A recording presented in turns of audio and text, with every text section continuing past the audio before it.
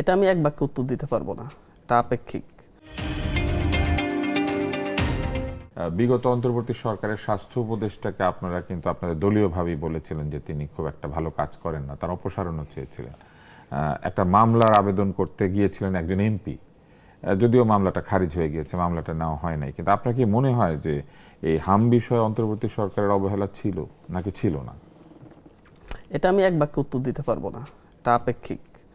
অবহেলা ছিল, আবার হচ্ছে দেশের দীর্ঘমেয়াদের পরিকল্পনার ক্ষেত্রে অনেক কিছু এ ব্যাপারে আসলে বক্তব্য দেওয়ার ক্ষেত্রে আমি সচেতনতা অবলম্বন করতে চাই।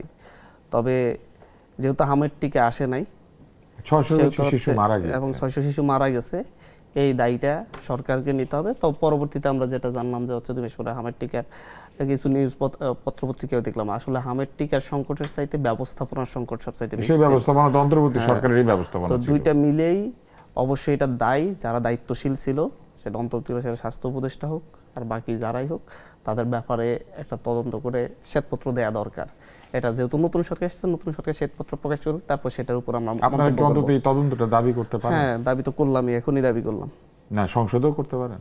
সংসদেও করতে পারি অবশ্যই। তাহলে আমরা আশা করব যে অন্তত একটা নিরপেক্ষ তদন্ত হোক এবং একটা ভালো তদন্ত হোক, যাতে করে মানুষ বুঝতে পারে যে এই মৃত্যুর কারণ আসলে কোথায়, কেন, কি কারণে এত নিষ্পাপ শিশুরা এইভাবে প্রাণ দিল, এবং তারা কিন্তু এই পৃথিবী জানলো না, দেখলো না, বাবা মাও বুঝলো না যে কি কারণে এই ঘটনাটা ঘটলো।